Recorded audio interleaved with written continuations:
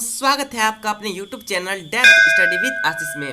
दोस्तों ये video class 12 के इकोनॉमिक्स स्टूडेंट्स के लिए बहुत ही ज़्यादा इंपॉर्टेंट है, क्योंकि दोस्तों ये वीडियो जो है इसमें दोस्तों आपके 40 ऑब्जेक्टिव प्रश्न पूछे जाएंगे जो दोस्तों आपके प्रीवियस ईयर के होंगे। ठीक है, मैं आपको यहाँ पे बता दूँ कि आपका जो ये क्वेश्चन होगा वो दोस्तों प्रीवियस ईयर का होगा, जो कि दोस्तों जैक द्वारा निकाला गया था। ठीक है, पिछले ईयर्स का मैं बात कर रहा हूँ दोस्तों।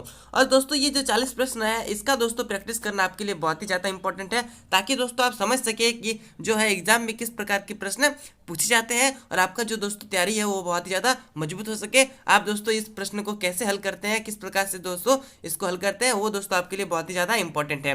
ठीक है दोस्तों ये जो मैं वीडियो बना रहा हूँ ये दोस्तों आपके लिए एक टेस्ट की तरह बना रहा हूँ, क्योंकि दोस्तों आप जो है अपने एनसीईआरटी बुक को बहुत ही अच्छे से रीड कर लिया है। ठीक है दोस्तों, अब दोस्तों आपका जो है परीक्षा भी नज़दीक आ रहा है, जिस कारण दोस्तों मैंने सोचा कि ये जो है आपके लिए एक टेस्ट की तरह हो। और दोस्तों ये वीडियो खत्म होने के बाद दोस्तों आप कमेंट कीजिएगा कि आप जो है 40 में से कितने जो है प्रश्न का आंसर सही दे पाए। ठीक है, तो चलिए दोस्तों आगे बढ़ते हैं और हर एक प्रश्न को समझने का प्रयास करते हैं।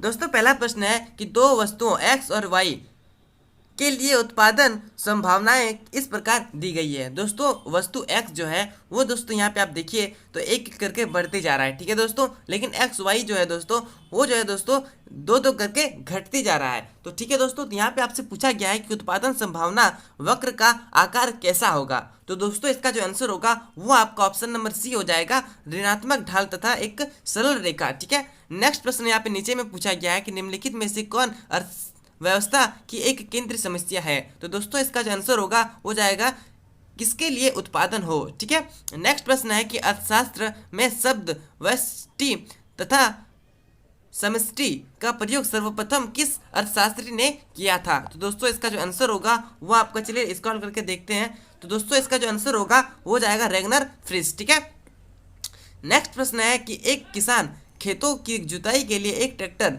और हल के बीच किसी एक तकनीक का चयन करता है, उसका यह चयन अर्थव्यवस्था की किस केंद्र समस्या से मेल खाता है। तो दोस्तों इसका जो आंसर होगा वो हो जाएगा कैसे उत्पादन करें। ठीक है, नेक्स्ट प्रश्न यहाँ पे आपसे नीचे में पूछा गया है कि किस अर्थशास्त्री के अनुसार उपयोगिता को मुद्रा में मापा जाता है। तो दोस्तों इसका जो आंसर होगा वो जाएगा अल्फ्रेड मार्शल। ठीक है, नेक्स्ट प्रश्न है कि एक व्यक्ति 4 गोलगप्पे का उपभोग करता है, उसे प्रत्येक व्यक्तिगत इकाई से क्रमशः 15 यूटिलस, 12 यूटिलस, 10 यूटिलस तथा 8 यूटिलस उपयोगिता मिलती है, तो उसे 4 गोलगप्पे के उपभोग से कुल उपयोगिता कितनी प्राप्त होगी। तो दोस्तों आप कैलकुलेट कर लीजिएगा, मैं डायरेक्ट दोस्तों इसका आंसर बता रहा हूँ। तो दोस्तों इसका जो आंसर होगा वो जाएगा 45 यूटिलस। ठीक है, नेक्स्ट प्रश्न यहाँ पे आपसे पूछा गया है क्वेश्चन नंबर 7। ठीक है, पूछा गया है दोस्तों कि दो वस्तुओं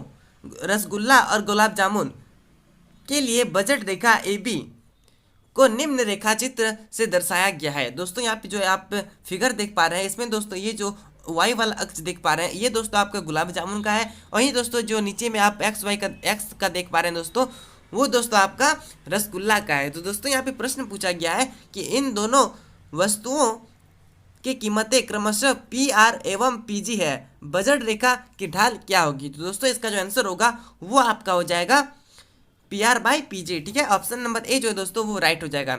नेक्स्ट प्रश्न है कि निम्नलिखित में से कौन किस वस्तु की मांग को प्रभावित करने वाला एक कारक नहीं है। तो दोस्तों इसका जो आंसर होगा हो जाएगा साधनों की कीमतें। ठीक है, चलिए नेक्स्ट प्रश्न को समझते हैं।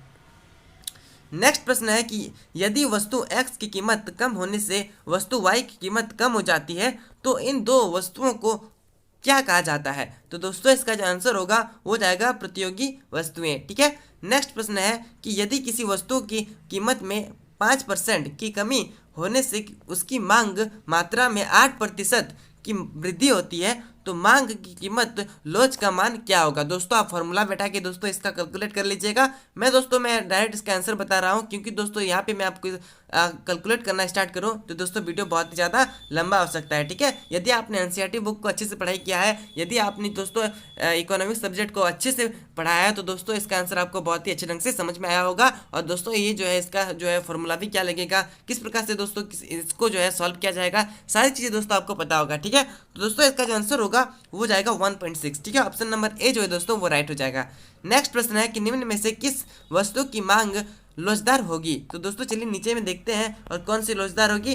तो दोस्तों मैं आपको बता दूं, इसका जो आंसर होगा वो हो जाएगा रेफ्रिजरेटर। ठीक है, नेक्स्ट प्रश्न है कि निम्न रेखा चित्र में मांग रेखा AB के बिंदु G पर मांग की लोच क्या होगी। तो दोस्तों इसका जो आंसर होगा वो जाएगा 1 से अधिक। ठीक है, 12 नंबर दोस्तों यहाँ पे दिया हुआ है, लेकिन इसका फिगर दोस्तों नीचे में दिया हुआ है। ठीक है, आगे में मैं आपको बता दूंगा, आप दोस्तों यहाँ पे देख लीजिएगा। ठीक है, नेक्स्ट प्रश्न है कि किस प्रकार की वस्तु की कीमत बढ़ने पर उपभोक्ता उस वस्तु की अधिक मात्रा खरीदना चाहता है। तो दोस्तों इसका जो आंसर होगा वो जाएगा गिफिन वस्तुएं। ठीक है, चलिए आगे बढ़ते हैं। क्वेश्चन नंबर 14 को समझते हैं। यदि एक उपभोक्ता एक वस्तु पर अपनी आय का एक बड़ा हिस्सा खर्च करता है तो उस वस्तु की मांग क्या होगी। तो दोस्तों मैं बता दूं, इसका जो आंसर होगा वो जाएगा बेरोजगार। ठीक है, नेक्स्ट प्रश्न है कि औसत स्थिर लागत वक्र का आकार होता है। तो दोस्तों इसका जो आंसर होगा वो जाएगा आयताकार परवलय। ठीक है, नेक्स्ट प्रश्न यहाँ पे आपसे पूछा जाएगा कि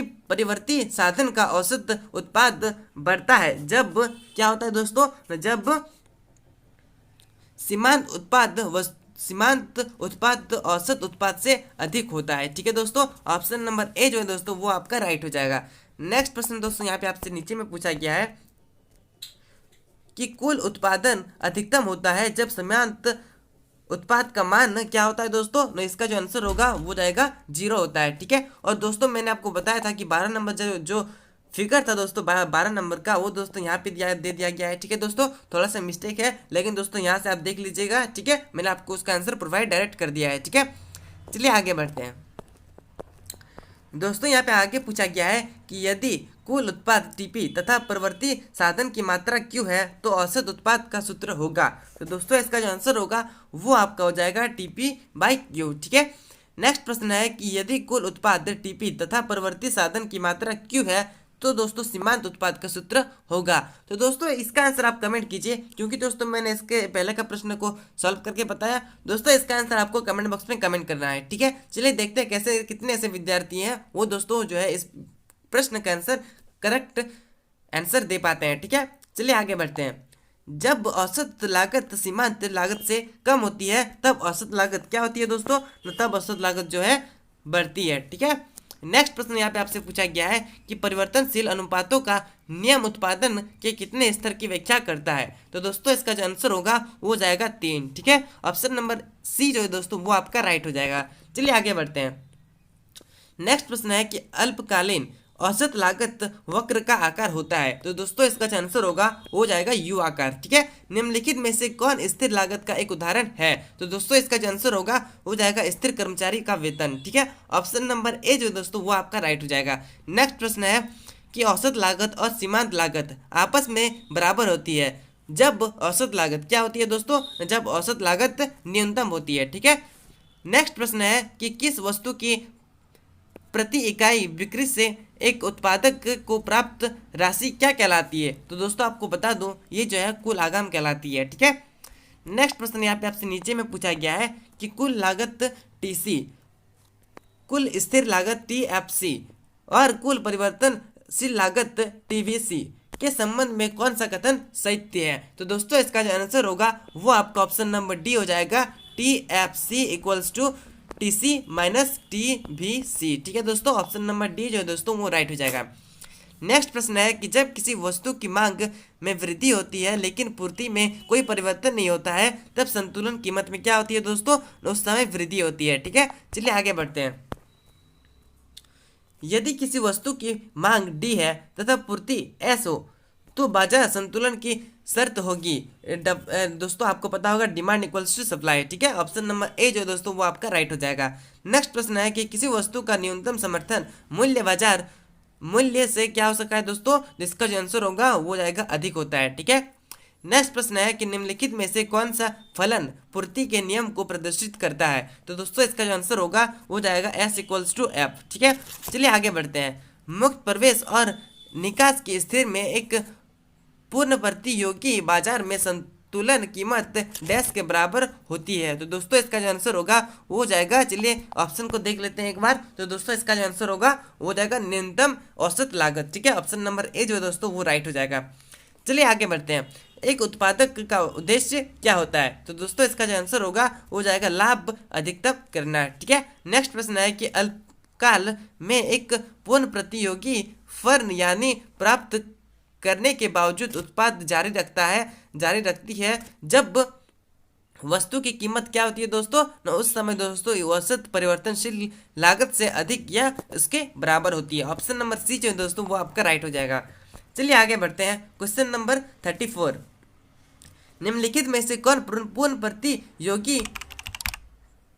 की एक विशेषता नहीं है? तो दोस्तों इसका जो आंसर होगा वो जाएगा वस्तु की मांग बेलोजदार। ठीक है, ऑप्शन नंबर डी जो दोस्तों वो आपका राइट हो जाएगा। नेक्स्ट प्रश्न है कि किस प्रकार की बाजार संरचना में किसी वस्तु का एक और केवल एक उत्पादक होता है? तो दोस्तों इसका जो आंसर होगा वो जाएगा एकाधिकार। ठीक है, ऑप्शन नंबर ए जो दोस्तों वो आपका राइट हो जाएगा। नेक्स्ट प्रश्न है कि निम्नलिखित में से कौन सा कथन पूर्ण प्रतियोगिता और एकाधिकार में स्पष्ट अंतर को व्यक्त करता है? तो दोस्तों आपका आंसर हो जाएगा एकाधिकारिक पूर्ण प्रतियोगी फर्म की तुलना में अधिक कीमत तय करता है और कम मात्रा की बिक्री करता है। ऑप्शन नंबर बी जो दोस्तों वो आपका राइट है। ठीक है, चलिए आगे बढ़ते हैं। नेक्स्ट प्रश्न है कि एकाधिकार के अंतर्गत कीमत पी और सीमांत लागत एमसी के बीच का क्या संबंध होता है? तो मैं आपको बता दूं इसका जो आंसर होगा ऑप्शन नंबर बी हो जाएगा। ठीक है दोस्तों, आगे बढ़ते हैं। निम्नलिखित में से किस बाजार संरचना में कीमत और सीमांत लागत में समानता पाई जाती है? तो दोस्तों इसका जो आंसर होगा वो आपका जो हो जाएगा पूर्ण प्रतियोगिता। ठीक है, ऑप्शन नंबर सी जो दोस्तों वो आपका राइट हो जाएगा। चलिए आगे बढ़ते हैं। एक विक्रेता को 5 रुपया इकाई कीमत पर किसी वस्तु की 60 इकाई की बिक्री से प्राप्त कुल आगम की राशि क्या होगी? तो दोस्तों इसका आंसर आप कमेंट कीजिए। बहुत ही सिंपल प्रश्न है। ठीक है दोस्तों, इसका आंसर आपको बहुत ही अच्छे ढंग से समझ में आया होगा। चलिए इसका आंसर आप कमेंट कीजिए। ठीक है, आगे बढ़ते हैं दोस्तों। इसका क्वेश्चन नंबर 40 दोस्तों अंतिम प्रश्न है। ठीक है, उत्पादन कर में वृद्धि से किस वस्तु की पूर्ति दोस्तों यहाँ पे हो जाएगा में कमी होगी? ठीक है, ऑप्शन नंबर सी जो दोस्तों वो आपका राइट हो जाएगा। चलिए दोस्तों आप कमेंट कीजिए कितने ऐसे विद्यार्थी थे वो दोस्तों 40 में 40 ले पाए या फिर जितने भी ले पाए दोस्तों आप कमेंट करके जरूर कमेंट कीजिएगा। और दोस्तों मैंने जो आपसे 2 प्रश्न पूछे हैं उसका आंसर आप जरूर कमेंट कीजिए। ठीक है, और दोस्तों यदि आपका सिलेबस में दोस्तों आपका सिलेबस में हिस्ट्री है या फिर ज्योग्राफी है तो दोस्तों उसके भी मैंने प्रीवियस ईयर के क्वेश्चन दे दिए हैं ताकि दोस्तों आपका जो है प्रैक्टिस है वो दोस्तों रुके ना। आप जाके हमारे चैनल में विजिट करके उस वीडियो सबको भी प्राप्त कर सकते हैं। ठीक है दोस्तों, और अभी तक चैनल को सब्सक्राइब नहीं किया है चैनल को सब्सक्राइब कीजिए और बेल आइकन को प्रेस कीजिए। ठीक है दोस्तों, और यदि आप हमारे टेलीग्राम ग्रुप से जुड़ना चाहते हैं तो डिस्क्रिप्शन में मैंने लिंक दे दिया है, आप जाके जुड़ सकते हैं। ठीक है दोस्तों, अब चलिए मिलते हैं अगले वीडियो में, तब तक के लिए जय हिंद जय भारत।